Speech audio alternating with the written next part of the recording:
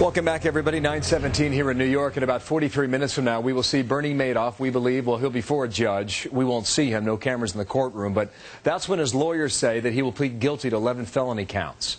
The high-living Wall Street veteran, former chairman of the NASDAQ, accused of ripping off investors for decades in a $50 billion fraud. That hearing again, 10 a.m. Eastern Time. So then we want to know, what defense strategies does he have, if any? Brad Simon, former federal prosecutor, white-collar criminal defense attorney, with me now. Sir, good morning to you. Good morning, Bill. What's behind the plea deal, do you think? Well, not even a plea. I shouldn't even go that far.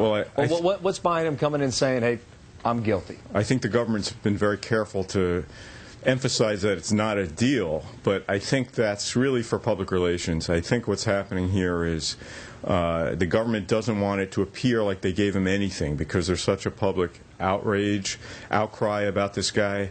But in reality, I think once he pleads guilty, they've made an oral agreement, or there's an oral understanding that he's going to help them unravel this thing, get to the bottom of what happened to the money, who else was involved, and he's hoping that to take advantage of what's called a Rule 35 motion, which is a post-sentencing motion whereby if he gives full and complete cooperation, the government then can go back into court later and say, let's reduce his sentence. He's helped us unravel this massive scheme. Yeah, I mean, the accusations out there are just incredible. You're saying they would reach an oral agreement? Well, I think they need him, Bill. I think the government has no choice. I mean, $50 billion or $65 billion just disappeared.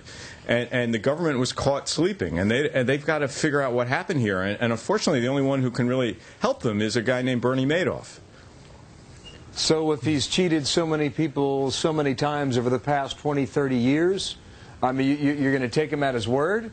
Well, you get him inside the courthouse today, and he's just going to spill the beans and tell you how everything went down. Well, not today. I mean, the government is going to put on a show today. They're going to emphasize that he's pleading to something that could put him away for 150 years. But I think the reality is very different. No lawyer is going to say, all right, you know, just plead guilty today and that's it.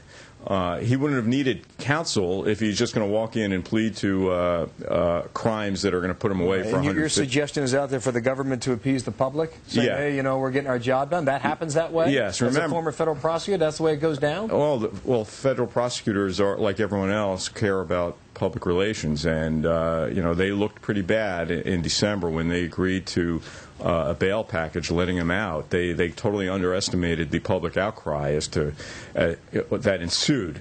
So they want to make sure that, you know, they're appearing to be very tough on this guy. No deal. He's just going in, pleading to everything, going away for life. But the reality is very different. And is he going home today, or is he going to jail, do you believe? My guess is he's going to jail. You know, because don't forget, Bill, before today, there's a presumption of innocence. Once he enters that guilty plea, he no longer has the benefit of that presumption. That's the point. And the judge is going to be sitting there looking at a courtroom filled with angry people. So I think it's pretty unlikely that he's staying out, although his lawyers will probably make that effort and argue that he hasn't disappeared yet. So, but I think we're going to see him go to jail today. Brad Simon, thank you for your time. My pleasure. All right.